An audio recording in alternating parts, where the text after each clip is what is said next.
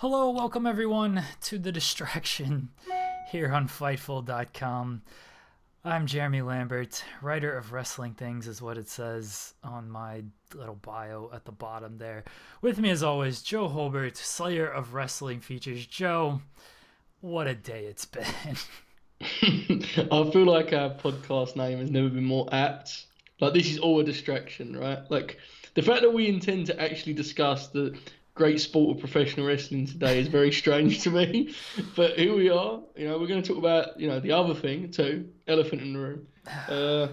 Yeah, it's weird, man. It's weird times. It's been a weird 24 hours, a weird day, because I think all of us just spent today wondering, all right, are they going to cancel WrestleMania? Like, what's going on here? And then, as we found out just moments ago, by the time everybody listens to this, it'll be hours old, and for all we know, Mania might be canceled by the time this gets posted. But for the time being, WrestleMania has not been canceled. The decision has been delayed a week.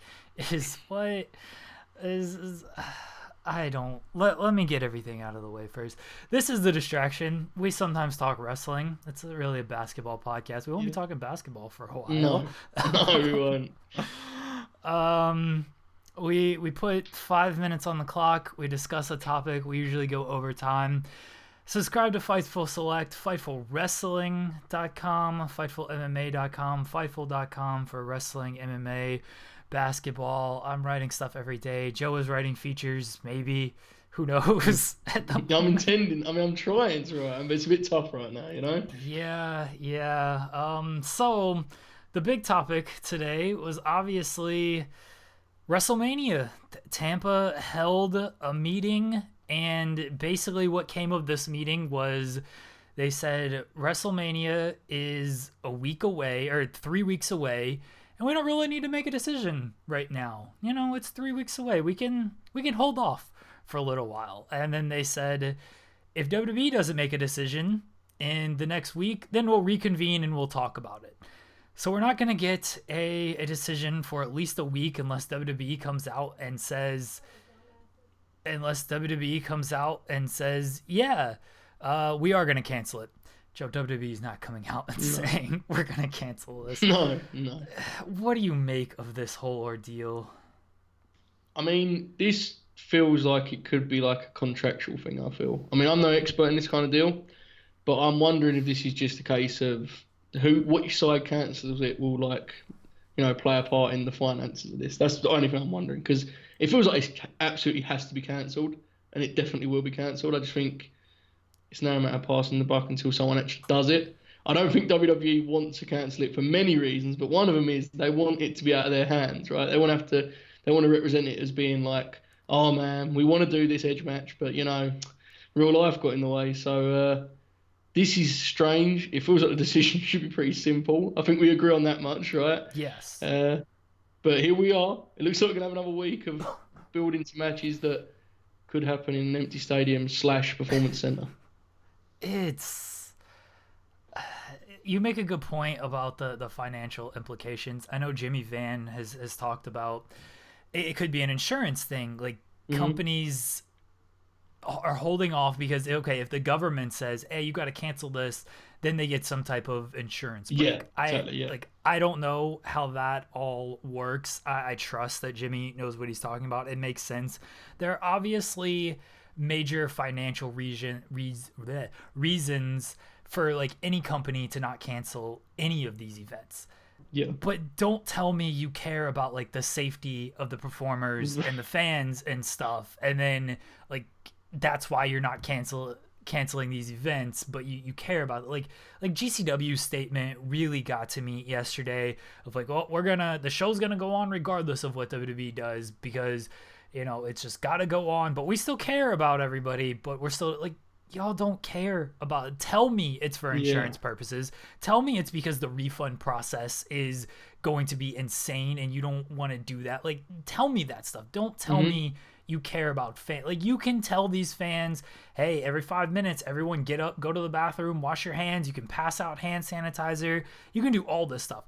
doesn't matter. One person coughs on somebody and it's done. And you're talking about putting 1,000 people or plus, like in the case of WrestleMania, like 90,000 people plus in one stadium, one area, one city.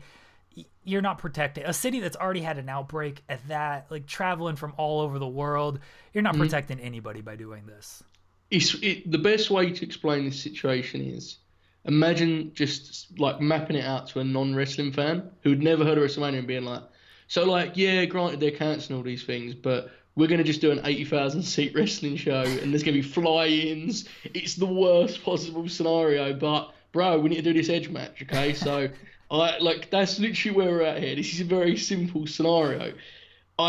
We have to stress this. I understand that the circumstances are different because of Rudy Gobert and that whole thing, which is best left alone, okay? But the NBA has just stopped. It has halted the season. Like, this is not some kind of, oh yeah, but Vince won't let. This needs to be cancelled, okay, or postponed, whatever you want to do. It should not be happening. This is very simple. I liked your tweet earlier of like Vince is pleading to Tampa right now. Can't delay this Lacey Evans coronation any longer, pal. Yeah, exactly. I mean, it's very weird. One thing I would say is this is a very strange subject to discuss on Twitter, right? Because like everything should be made fun of on social media, but this is a very real thing. This is a very real concern. So yeah, I have to get some wrestling jokes in, but this is real. This is real stuff. Yeah, it's. Like the NBA has suspended their season. The NHL has suspended their season. Even yesterday, the NCAA, like you understand the NBA taking these, like they have a player, now 2 players who have tested positive for this. Like you can't put anybody else at risk. The situation yesterday, like I was excited for that Thunder Jazz game, 4th place in the West. And literally seconds before tip off, it's just everyone clear the court and we're going to do a halftime show before the game starts. And then it's like, all right, it's canceled. And then you find out the stuff with Gobert and Mitchell and it just got worse and worse. But like the NCAA yesterday even said, hey, we'll do the tournament, but it's just going to be family members and staff, like no fans and stuff. Like pretty much everyone was starting to take precautions, at least yesterday. I mean, they canceled E3, they canceled South by Southwest, they postponed Coachella. A lot of stuff was getting canceled or postponed. And then you just have these wrestling companies that are like, fan safety, we're not going to do anything. And shows got to go on. Like, come on. Yeah. I mean, one thing I will say is credit to Dana White, who made all wrestling promoter responses seem classy with the just absolute certainty of which he spoke about this topic. I found staggering. It was wonderful. He was just, there was no humor to his like dismissal of it either, right? It was like, we don't care. We have no interest in discussing it. His words were literally, I don't give a fuck about the coronavirus. Like that, those were his literal words that came out of his mouth when asked about it. He's like, do you know how many people have asked for refunds? Do you know how many people have canceled? Like 0. Nobody. Everyone's coming to these shows. Like it doesn't matter. Like, dude, it was going to be strange though, man. Like I assume they're going to do major pay-per-views out of like the UFC Apex thing in the Performance Institute, right? Like that's going to happen, I think. I mean, this is weird. I guess. I mean, they have a show in Brazil this weekend that there's been nothing about. Bellator is still holding their show tomorrow night. Like ROH is still doing their weekend shows in Vegas this weekend. Like these companies, like they're not canceling anything unless the government says it. And again, I get it. Like I get that there's insurance and financial stuff at play here, and you don't want to make this decision if you don't have to. But like have a heart when it comes to this stuff. Like really, there's a big picture here, right? Like let's just forget this weekend's events next week. Let's think about what's actually at stake here, and let's just leave the shows for a while. Yeah, like just I don't know. I guess we're gonna do the same dance next week. Now it's a giant game of chicken, as many people have said. Like WWE. That's it. Yeah. WWE is waiting for Tampa to cancel. Tampa is waiting for WWE to cancel, and it's just who's going to blink first on this? Who's going to be the bad company in this situation? And Look, Vince ain't losing this game of chicken. I'm telling you that right now. 100%, yeah. It's so strange. It really, and I mean, like, it's so odd because pro wrestling means, honestly, I can't stress enough. It means nothing in this issue. Okay, we need to stress that. We're aware of that, but inside of the wrestling landscape, this is even like weirder the way people are reacting to it, right? Like the amount of tweets I've seen where it's just like, like, you know, just for the flu. Like WrestleMania's rolling. It's like, how could you even want to go to WrestleMania at this point? Like, this is not a good scenario. Leave it be. Move on. Yeah, I had plans to go to WrestleMania. I have family in Tampa. I had everything set up. I had a place to stay, which was be very nice and whatnot. And like, I'm not going. Assuming it stays. My wife is immunocompromised. Like, I'm not putting her at that risk, and I'm not putting myself at that risk to possibly bring it back or anything like that. It's not worth it. Like, anybody who is going, stay as safe as possible. Like, wash your hands, right? But really, like, you can't control what other people are going to do. The easiest way is just don't go. And I understand, like, that's not a great way to live your life. Just stay inside. But like, this is a serious issue. It's a very serious issue. Yeah. It's a very unique case. We're not here like, this is not a usual thing to be saying stay in. This is just a very, like, it's a scenario we're probably going to be remembering in years to come, to be honest, right? Like, I'm no expert, but that feels like the case. Joe, we'll talk about all this again next week. We will, yeah. I don't even know why we're overstaying it. We've got to leave some stuff for next week, but yeah. There was some wrestling this week. It might be the last week we get some actual wrestling for a little while. But let's start with I guess the blood and guts stuff coming from AEW. They might have the pay-per-view or the Dynamite in 2 weeks. There was the ban in Newark, New Jersey. The recommendation, I think, I don't know, because Florida even had the ban of mass gatherings, like, don't do it. But the governor said, I don't have the authority to actually, like, ban this stuff. I can just say it's a bad idea. So I don't know where that stands with New Jersey at the time of this recording.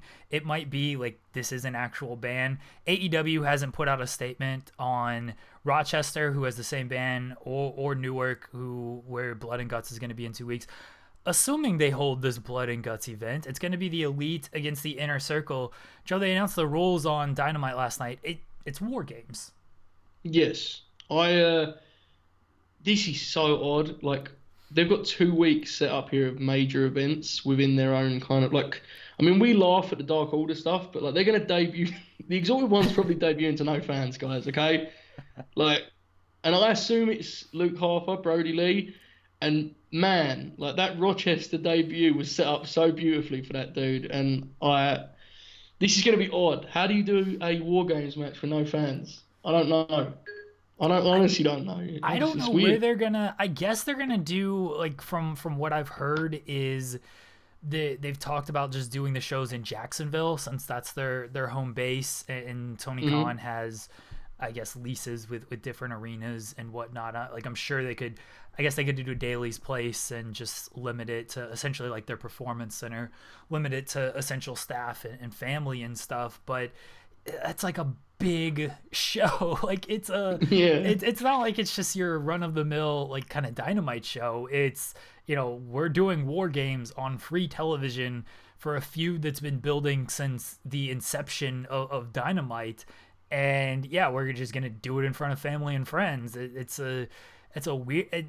If this is what they do, I don't know. If it happens, like, let's just take away all the logistical stuff and just focus on if this match happens. It's a great match. I'm really looking forward to it. It just could be a weird situation.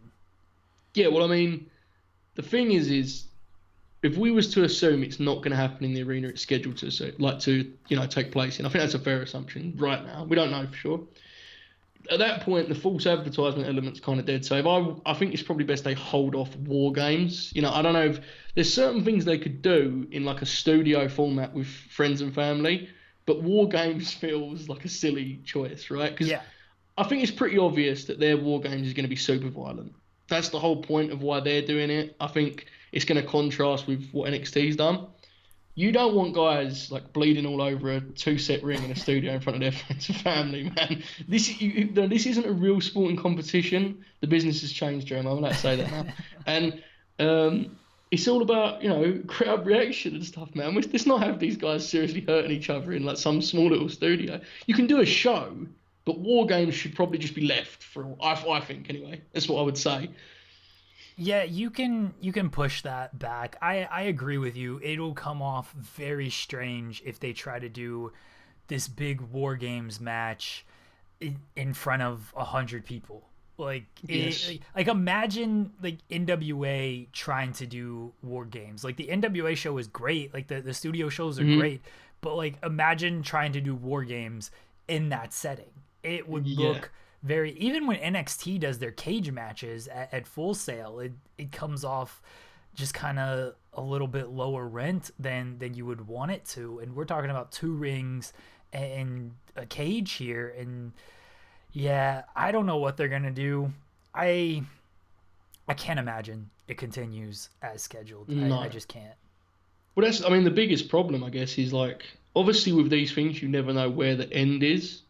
But like the way it's looking, it's not kind of the thing where you can just go, I'll leave it a month and it will be like, it doesn't look like that's going to be the case. So some long-term stuff's going to have to be changed.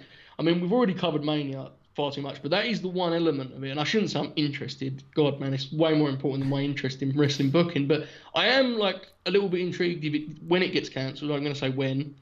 Like, how are they going to reshuffle this deck, right? Like, are they going to just do Mania in the PC? I don't know. Are they going to postpone? Like, all of that. And with AEW, it's the same thing. We're talking about here. Like, do you just say War Games will happen, Blood and Guts will happen when we're back to usual, events and stuff? I have no clue. Yeah, as you said, you don't know when that's going to be. Like, the NBA and the NHL, they're suspending seasons for what everyone says is at least a month. Like, you're talking about a month of holding off WrestleMania or War Games or any of this stuff. Like you don't know when it's going to happen, and especially when it comes War Games, you've got people, everyone's under contract. You can delay it, you can still build it, it'll be okay. You might have to rewrite some stuff. Like WrestleMania is a different kind of animal because you're talking about the schedule of John Cena, you're talking about your world champion is Goldberg, and like, are you going to keep running with that whole thing? Like, this is supposed to be the coronation of Drew. Are you going to keep the title? And they'll keep the title on Lesnar or whatever. But like, there's some part-time guys where it's like, how can you get them? Like, are you going to keep using them? Like, we know WWE, they book week by week anyway. So like, imagine giving them extra time on this card. Like, it's probably maybe they can tell the stories that they actually need to tell, but that's why I feel terrible saying I'm interested in that element of it. But like, I'll be lying if I didn't mention it. I am kind of fascinated to see how they would go. Like, whether they'd just do another 10 weeks of TV build is kind of a fascinating thought to me. I feel like they couldn't do that. I think they'd have to do something wacky, but again, as you say, with Cena and Goldberg and guys like that, it becomes a lot more complex. Speaking of Blood and Guts, there was a Elimination Chamber show this past week. There's an actual transition here, I promise you, because there wasn't many Blood and Guts in that Elimination Chamber. But there was a Daniel Bryan Drew Gulak match, which was awesome, won by Bryan. And after the show, he cut a promo on WWE.com where he like screamed about Blood and Guts. He's like, I fight with Blood and Guts. Drew Gulak fights with Blood and Guts. Like, I want to fight with Drew Gulak. I don't know if you saw this show, but he referenced Blood and Guts like 3 or 4 times. But as far as Daniel Bryan and Drew Gulak goes, we finally got like a great WWE match, I feel like. This was one of them cases where like, this is terrible to say, but I tuned in because I knew it would be different to the general WWE match, right? That was the only reason I tuned in, because I knew Bryan has a certain like leash, and he was going to have an awesome match with Gulak that was going to be totally different stylistically. They killed it. I'm optimistic, I'll say that much. I'm optimistic that they'll do something with Drew. I don't know why I have this optimism. I shouldn't have it. But this was awesome. The pay-per-view itself I thought was fine, but that match stole the show. As soon as I saw that was opening, like, I could put together that formula, right? Hot crowd opening. I mean, it wasn't super hot, but it was fresh at least. And a fresh match, awesome match. stylistic fit. It was great, and it stood out dramatically in the WWE match like style, you know? I mean, if you watched Elimination Chamber in reverse, I thought it was a very good show. We'll get to the main event that was the actual main event here in a second. But yeah, the Bryan and Gulak match stood out because it just was so different from pretty much anything you see on Raw or SmackDown nowadays. It didn't follow the typical WWE formula of heat spot, bump and feed, all that kind of stuff. Like Drew Gulak really got to shine. I'm glad Bryan won because Bryan is very giving in all of these losses, and none of them seem to mean anything. Like he'll put over Mustafa Ali, and then they won't do anything with Ali. Like he'll put all these guys over, and then they'll just forget about it, and it just makes Bryan like look like a loser. At least Bryan like won this match. Like if Gulak had beat him, it would have been a cool moment. You know they're not doing anything with Drew Gulak. Yeah, like, it wasn't gonna mean anything. The thing, you know, we stress this a lot, but Gulak here in this match was like the ultimate reminder of how stacked this roster is. The fact that you can just pluck a Drew Gulak out of like catering and be like, 3-week build, you're gonna wrestle Daniel Bryan, and he has a killer match, one of the best matches they'll do all year. This roster is loaded, but I do have a big topic to discuss, Jeremy. Ready for a big topic, roundtable topic? How highly do you have Daniel Bryan in the in-ring GOAT conversation? Go. He's up there. I've been a fan of Bryan like since the ROH stuff, and the WWE, like when you look at WWE match, I think he's the best in-ring performer in WWE today. And I'm not sure, like it's close, but you think of all the other good in-ring performers, like Ricochet's been sort of neutered. AJ Styles let's be honest, Styles isn't what he once was. Like he's older, it happens. Like there hasn't been a great. He's still good, it's just not like the dynamic movement isn't there, right? Like it's different. Right, exactly. So like he's down. Like a lot of the good guys are just older. Like there's obviously the good people in NXT, like Gargano, Cole, Ciampa, like all the Keith Lee, like all these guys are great, and they're allowed to work like a style. Like if you let Bryan work that style every week, like we would think infinitely higher of him. The problem is he either doesn't wrestle most weeks, or when he does, it's the 5-minute TV matches that just don't. It doesn't matter. But I think Bryan is legitimately. I think he's best in WWE right now. As far as all time, he's top 3 for me. Yeah, like, he's elite. Top 3. Yeah. I was pondering this a lot, Jeremy, because I actually think it's like a real topic. A lot of times when we talk historical context, we're being a little bit hyperbolic. But like Bryan is a guy who you can really have him wrestle anyone, and he'll produce at a high level, right? And you are right. I remember probably the first week of this show, we were talking about Okada and like, is he the greatest and all that business? And you said then, I remember you was like, if Daniel Bryan got to wrestle under those parameters where he just goes and works guys, we would think he's in that same category. And you were 100% right, because this match showed you would be right. This was like 14 minutes of him just having fun with Drew Gulak, and it was awesome. So, I don't know, I thought it was worth mentioning. There are very few guys that I would confidently tell you, in ring, I'm taking them over Bryan, right? Like, sure thing, give me a great match. Bryan is very, very high in them stakes. I think the style also has a big thing to do with it, and his diversity, as you mentioned. Like, this dude got good matches out of Bray Wyatt / The Fiend. Like, name me a good Bray Wyatt like singles match. It begins and ends with Daniel Bryan.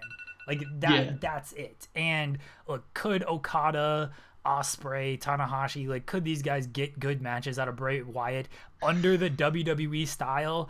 I really don't know if that's possible.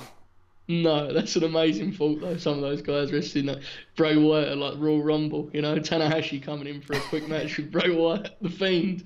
No, I'm with you. I thought it was interesting. You know, we always see this stuff, and often we use like star ratings and things like that. But just watching him, man, Bryan is still so special. This match was great. The main event of Elimination Chamber was the women's Elimination Chamber match, which I told you it would be, Joe. I had the scoop on that. You did. Yes, she did. Shayna Baszler won. Shayna Baszler dominated. What are your thoughts on this match and just how it was laid out?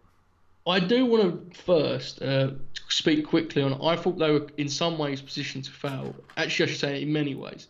Now, main event, we discussed last week the issues with that, and that's fine. They made a decision to go with it. I haven't got a problem with that. Have you actually seen the match times, like the bell-to-bell length of the matches that went before this match? Because No. it is. Okay, Seth Rollins' tag match went 18 minutes, Jeremy. Yeah, it felt Like, every bit of 18 minutes. yes.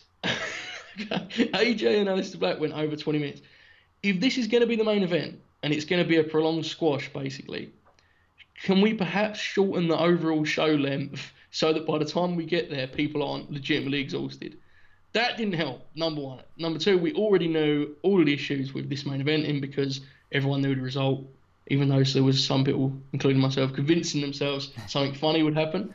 But if you just brought me in on Sunday night and said, Joe, book us out of this scenario, they did the right thing, right? I think that's fair. The problem is they put themselves in this scenario, and that means that they end up with a main event people didn't enjoy it. Do I think it really got heat? Not really. I think people were just kind of bored. But they did the right thing with the cards they were dealt. But the problem is they dealt them cards to themselves. So I haven't really got much sympathy, you know? To your point about the show feeling long, yes, like it was like 11 o'clock already or quarter to 11, and like the chamber match hadn't even started yet or something. I was like, why is this show 3.5 hours long already? Like, yeah, why is this show still going on? I think with the Baszler thing, look, they booked it the way they should have booked it by making Baszler look like a complete threat. I understand people are gonna be like, oh well, they just made everybody else on the roster look like a joke. No one cares about this roster. No one cares. Look, if you're expecting this big Sarah Logan push, I don't know what to tell you. I really don't know what to tell you. Yeah. The thing with the Baszler thing, though, is that I feel like your mind was made up going into it. Like, either you'd already decided Shayna Baszler isn't the person that needs to be challenging Becky Lynch, or you decided this was the right move and this was the way to go with Shayna, and this is how you need to, like, they booked it correctly. Like, I don't think this match did anything to where people, I don't think anybody was on the fence about Shayna in the first place, and so that's why I don't think this match, like, really did anything to help one way or another. That's actually, you've nailed it. That was perfect, yeah. I'm in the first group, I think. I think I'm not sure I need Shayna Baszler in this spot group. I understand it. I just don't. My thing with the Shayna Baszler deal is, like, she's fine. I get it. She's got a pretty cool aura, and her matches are different. We were just talking about that. That's cool. But there is a big part of me that's like, man, all that talent you've got stockpiled, like, and we're doing this massive Shayna Baszler thing. I'm not really super into it. But you're 100% right in saying that this didn't change anyone's opinion. You're either into Becky versus Baszler or you're not at this point, and it is what it is. We'll see what they produce at Mania. Maybe. What'd you make of Becky? She was the queen, and now she's just Becky Lynch again. Like, they just dropped the whole kind of overconfident thing, and she's just Becky again. I mean, we spoke about this a little bit off air, but I think this means Becky's winning. That's what I'm assuming. I just think, to me, the angle was that Becky was overconfident, and Shayna was going to kill her at Mania, and then she's no longer, like, overconfident. She's just Becky Balboa again. So I assume she's winning. Probably by, like, roll up or something, and then they'll figure out if they can do a Baszler title change. It's fine. I prefer this Becky anyway. I thought she did a fine promo. The other stuff I thought was terrible. I'm gonna be honest. I thought the last few weeks of Becky was very bad. This week was better. I liked it. Yeah, I'm with you. I didn't like the whole deal with it shades and the Burger King act, whatever that whole nonsense was. That's not my Becky Lynch. Yes. I much prefer her just, like, still oozing some confidence but not being so corny with it to where I don't care. Like, I I think that promo actually made me more to want to see that match than just anything Shayna Baszler, like the biting stuff. They ruined the biting stuff immediately anyway by going to the hospital and then coming back. But like I thought the promo was very good. I don't have expectations for this match. Like they've got to keep it short. I don't need I don't need a 15-minute Shayna Baszler Becky Lynch match. I don't need it. See, you're not in the minority there, right? I've seen a lot of people like voicing concerns for this match and how bad it could go if it was a long match. I don't really have any concerns for it. Obviously, it's reliant on card placement. If it goes early, I think they'll be fine. I do have concerns for a scenario in which Shayna wins, Becky takes time off, and it's like, okay, what baby faces are you sending towards Shayna that are not going to just have very flat matches with her? That's what I'm intrigued by. That's why I'm kind of thinking Becky keeps the belt. I just don't know what matches do you do? I have no idea. I'll tell you. I will tell you what match they do, Joe. And I'm not saying you're going to like this idea, but I'm saying this is where they're going to go. Mm-hmm. Natalia. Yeah, see, this is what I'm talking about when I envision very flat women's title matches. But here we are. I'm hoping we leave Mania, or whatever is left of Mania, what Mania becomes, with Lacey and Shayna as opposing women's champs. Because to me, that's just a peak level of content that I can enjoy. You know, like at this point, if it's not going to be actually good, I would like it to be hilarious at the very least. So that's where I'm aiming for, and I think it's feasible, Jeremy. You know, I'm hoping for this 6-pack challenge match on the SmackDown side. I'm very excited. My wife is distracting us now. The distraction. She brought me. I promised on air I would drink a Coke. They can't. There you go. Okay. I promised on air I would drink a Coke Energy. This was a dare, a bet for Sean Ross Sapp. So I'm going to. It's gonna be a while. I'm not gonna do it right now. Just do it. Okay. At the end of the show, this is what you have to look forward to, everybody. Me drinking a Coke Energy. Oh, I'm totally unaware of this on the format. It's not on the format. Okay. The next thing on the format is sticking with WWE Raw here. MVP cut a promo where I guess he wants to start a stable. He had he said he wanted to bring Edge back to the promised land, and it all ended with him mentioning Beth Phoenix and Edge murdering him with a spear and an RKO and a couple of concertos. But an MVP stable has me intrigued, Joe. Yes, rightly so, Jeremy. It should have you intrigued because it's a very intriguing idea. MVP is a top 5 promo on Raw after like returning a month ago. True or false? True. That's what it is, Jeremy. It's true. This is a very good idea. Managers are very good. MVP is very good in this role. I think they should stop murdering him because at some point he has to get an actual client or some kind of success. What was my takeaway from this? I'm trying to recall. Who do we think... I don't think this is the best team building strategy from MVP. I must say that. I don't know if he should have starting his franchise with an aging star that we're not sure how much he has left, felt questionable in the first place. So he may have dodged a bullet here, you know. But who would you like to see in the stable, right? Like I know a lot of people are saying Ricochet. I get it, but look, I don't mind him going after Edge right off the bat. Is Edge a terrible contract? Yes. He's not going to show up for work every week. He's only going to wrestle a couple matches. But you know what? Everyone said Chris Paul was a terrible contract, and that worked out pretty well. So you got to go with guys who are guaranteed commodities. And if Edge, much like Chris Paul, if he's on that vegan diet, he proves he can stay healthy, why wouldn't you want to build around Edge? So I don't think that was a bad idea. As far as kind of your young prospects that you want to go with, yeah, Ricochet and Cedric Alexander are two guys that I think right off the bat, like that's who you should probably want to build around. I'll give you another name, Riddick Moss. I think he kind of fits what MVP would want to go for. And I think people are already sick of Riddick Moss. I don't know if this guy's going anywhere. Like they're pushing him with this 24/7 title. They're giving him matches. They're giving him promo time. Riddick Moss has got the look that Vince loves. I don't know if this guy's going anywhere. So you may as well just pair him up with MVP and get used to him. Yeah, that sounds good. I must say though, the Edge thing does feel very New York Knicks to me, for the t-shirt sales and stuff. But Riddick Moss is a good idea. The only issue is that, like, yeah, I actually prefer Riddick Moss to Ricochet because I don't think they should be doing the Ricochet heel thing. I think they've got to stop killing babyfaces to turn them heel. Like, it's at some point you have to actually just keep a guy babyface and figure is out. MVP a heel though? Oh, definitely. Oh, he's definitely a heel.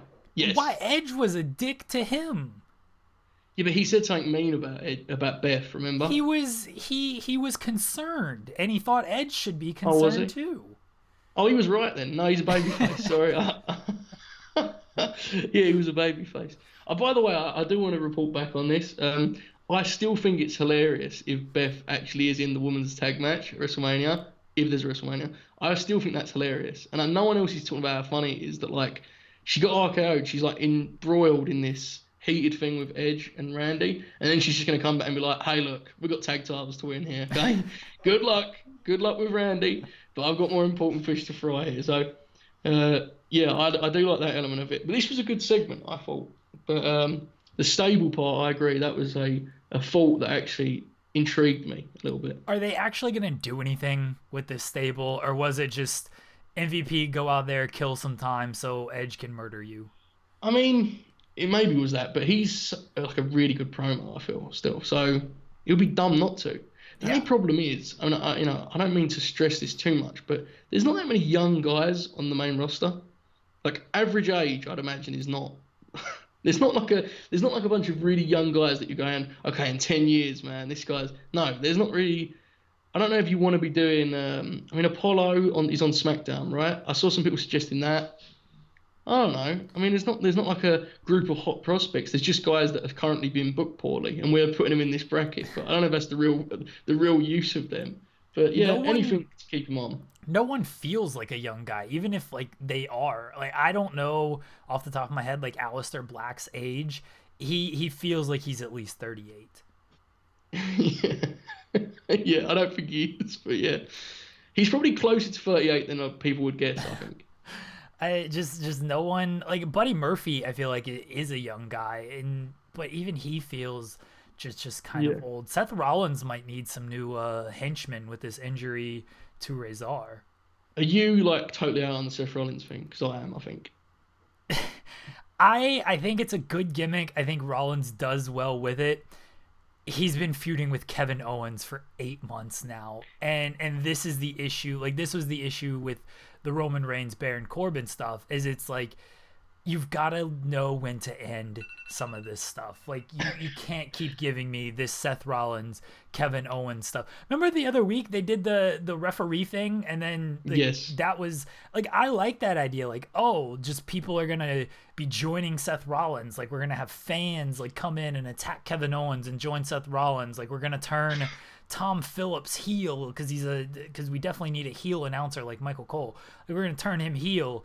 And he's just going to be a devout follower of Seth Rollins. Like, I thought that was like kind of a cool thing, and they did it with the ref, and then like there was just nothing. This is one of them cases, and I encourage anyone listening to this to take this as advice. Sometimes in wrestling, you can look at something and say, this is objectively smart and good, okay? And that's what I'm saying about Seth Rollins' gimmick. Before anyone gets mad, this is good professional wrestling with a good performer doing a good gimmick well. However, I frankly could not care to see any more of it, ever. I'm just done. I'm done with it. I'm kind of bummed out that Buddy Murphy was one of my favourite guys to watch, and he's now just like Seth's little brother. Not ideal for me as a fan, gonna be honest with you. But it's all smart, and I agree with you, the Owens thing. But at the same time, I criticise them so much for burning matches that in this one case, I'll just be like, okay, just do your, just save it, I guess. I don't know. At least they've not wrestled each other in singles matches, right? That's the thing. They haven't, tags. And yet it feels like they've wrestled a million times. It. Yeah, I get it. Probably all the multi-man tags haven't helped, I'd assume. I'd imagine that's what it is. Like this is the thing. Even if they haven't done like these one-on-one matches, they do so many tag matches and multi-man tag matches that it feels like they've wrestled each other 1,000 times. They've done like 40 Road 2 shows, haven't they? You know what I'm saying? Like, so many never open weight 6-man matches. Maybe that's how we should start viewing like Raw and SmackDown. Like, all these are just Road 2 shows, and we shouldn't put any stock in the like actual wrestling that takes place on these shows. Just skim through. Actually, don't even skim through. Yeah, that's a good excuse not to watch it all. Yeah. Good idea, Drew. Yeah, I like it. Yeah, we'll do that. That's a good idea. We'll do that moving forward. Big announcement. SmackDown is on Friday. Maybe from Detroit, maybe from the Performance Center.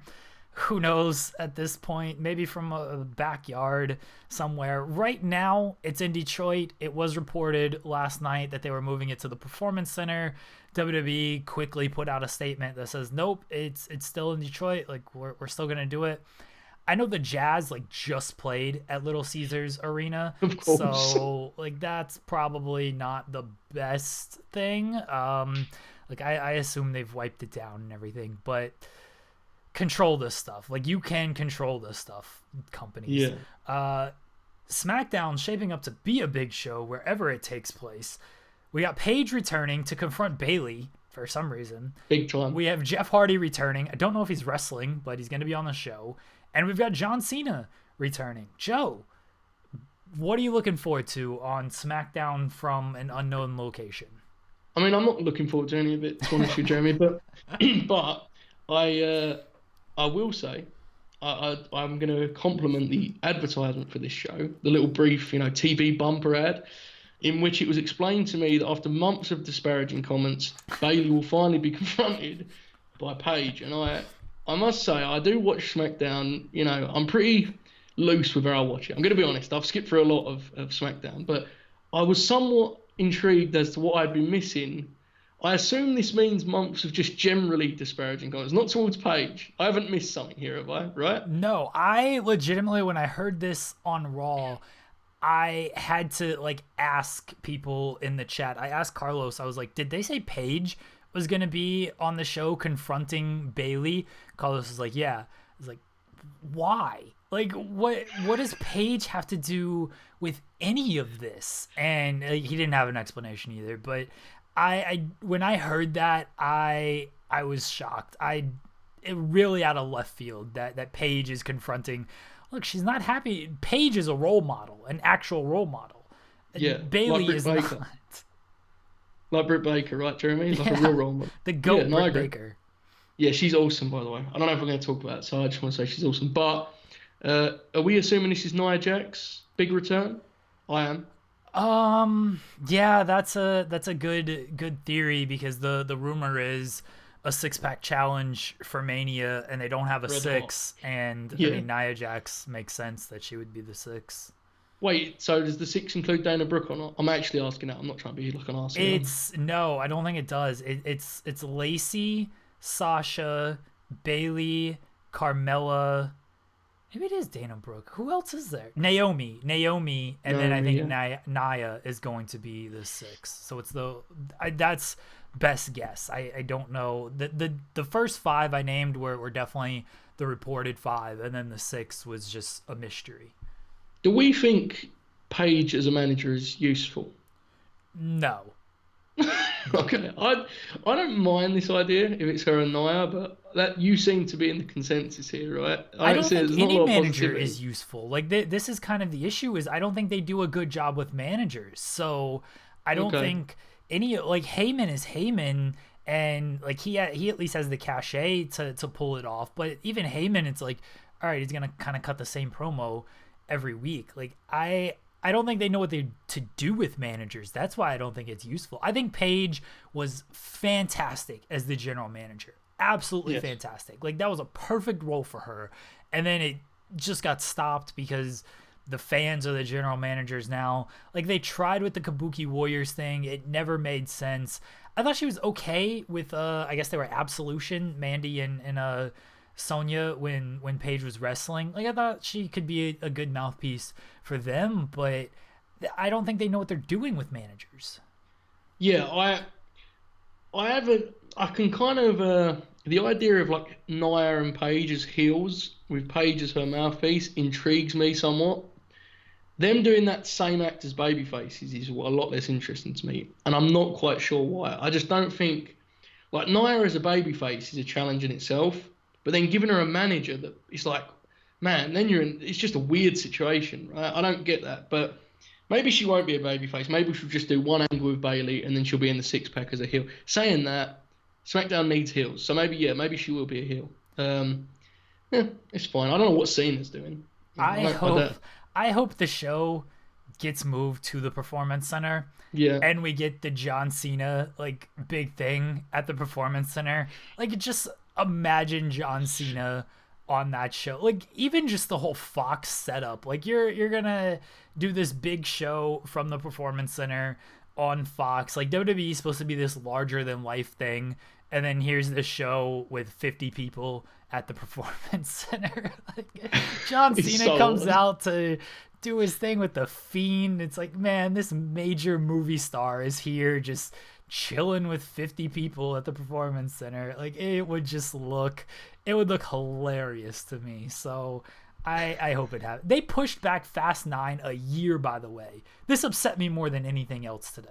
I can't believe so many of my Twitter friends were upset about this, and I could not believe it. I was stunned that you guys were actually upset about this. I was like, okay, cool. And then I saw people damn it. I was like, whoa. I didn't know. I'm so glad I didn't tweet about this. It could have been very bad for me. A year, Joe? All right, I get if you want to push it back because, yeah, people probably aren't going to the movies in the next couple of months with everything. But a full year? Oh, my God.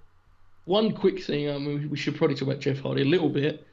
Any idea what you're going to do with him at WrestleMania? Is he just going to be a Battle Royal guy? Are they going to slot him into something? Do we have any clue, do you think? An Intercontinental title deal? I don't know what they're doing with that belt. I assume Braun gets it back, but I don't really know what they're doing with that title. It feels like anybody without direction right now, you just throw them in one of the multi-man title matches. They're gonna have a ladder match, right? They always have a ladder match at Mania. I feel like.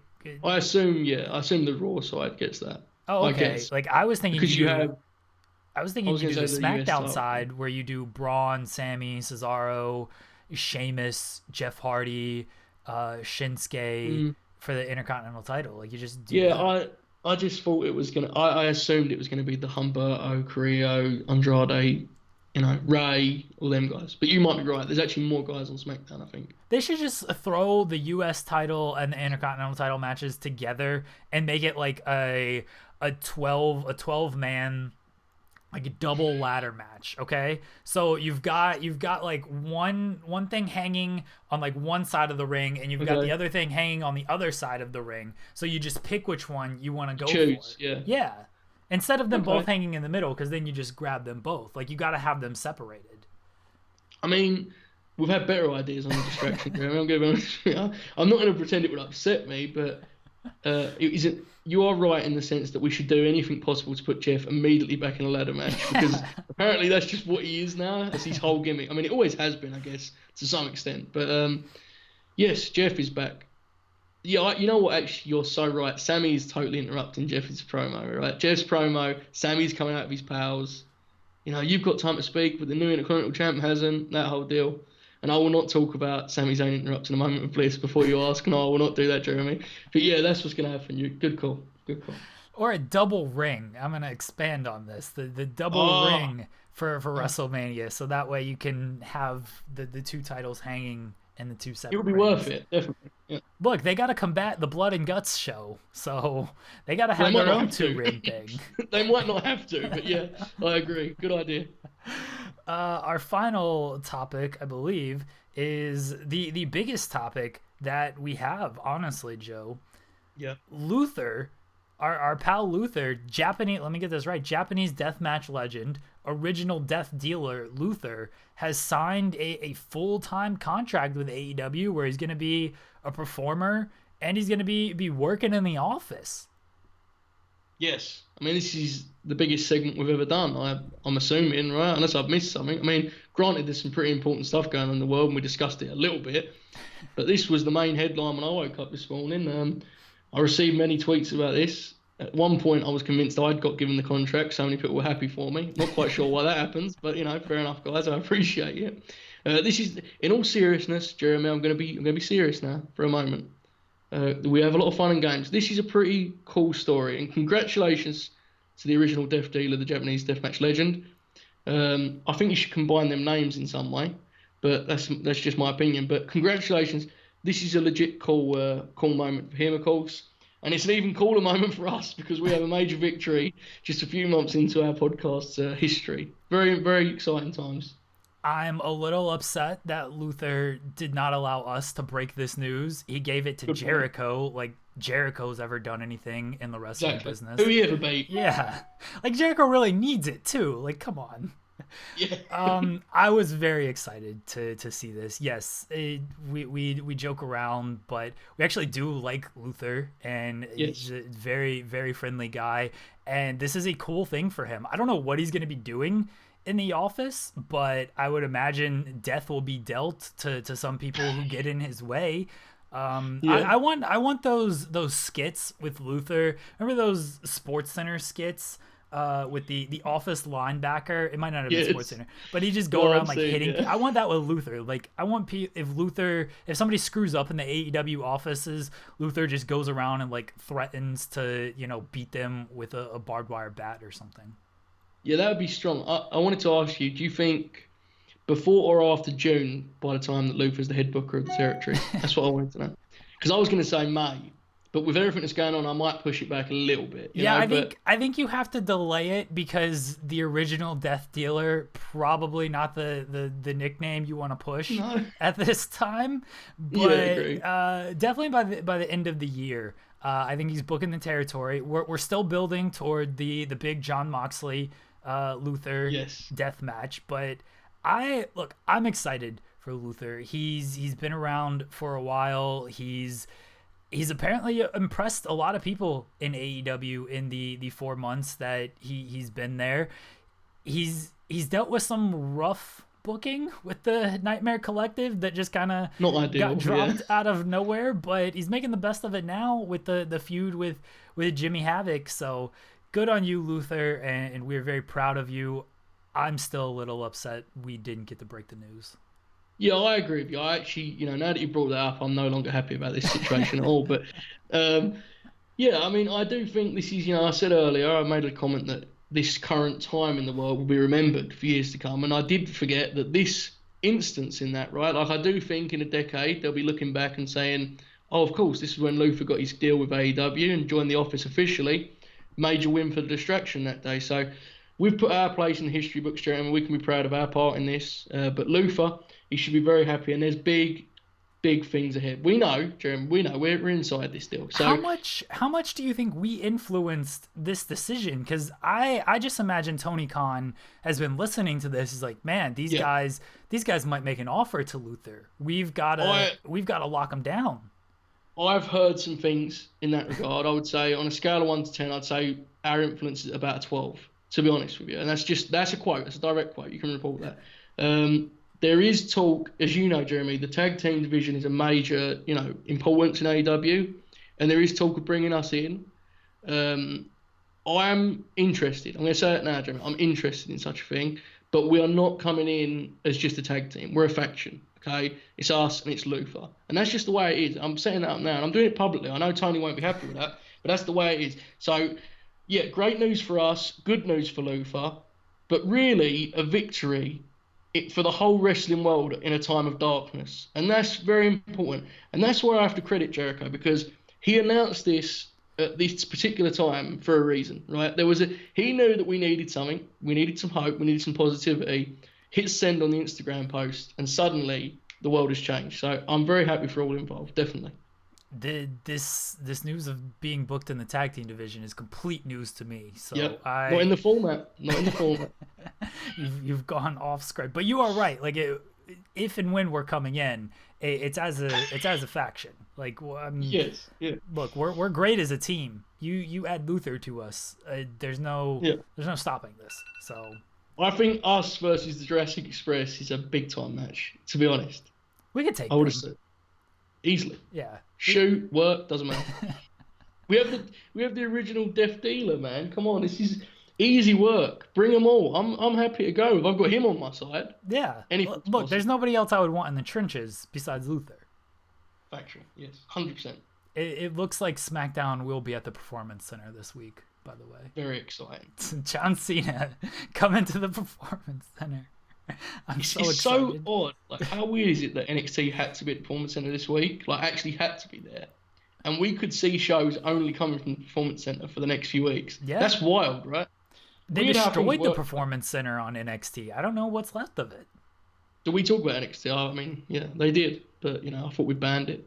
I was banned word, NXT phrase, you know. But, yeah, I mean, we've made our pick in the war at this point, right? I mean, we just basically endorsed ourselves for a faction run in AEW. So I'm not talking about NXT. But, yeah, they did destroy it. Someone's going to have to clean it up. So SmackDown will be very good as it always is, though, Jeremy. I'm very excited for that.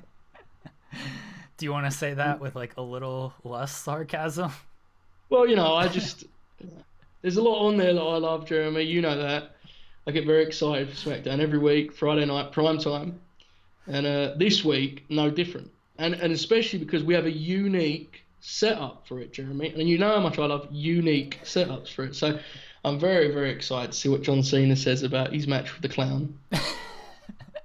The doughy clown, as Yes. my friend referred to him as. All right, that's all of our. We don't have an NBA topic this week. No, we don't. No. The season has been suspended. I feel like they should just award Chris Paul the MVP. And look, the last time we saw Chris Paul, he was locking up Jason Tatum in the clutch. I don't think. Wow. What happened the last time you saw Giannis? He got beat by LeBron. What happened the last time you saw LeBron? He missed a game-winning layup. Chris Paul's last moment, locking up Jason Tatum and Kemba Walker in the clutch. I think that says it all. It's hard to argue with that logic. Yeah, you're right. I think we should do it now. Should we announce it on here? Or should we get Jericho to announce it? We got to run it by Jericho first. Okay. All right, I'm going to drink this Coke Energy. This looks very bad, Jeremy. I mean...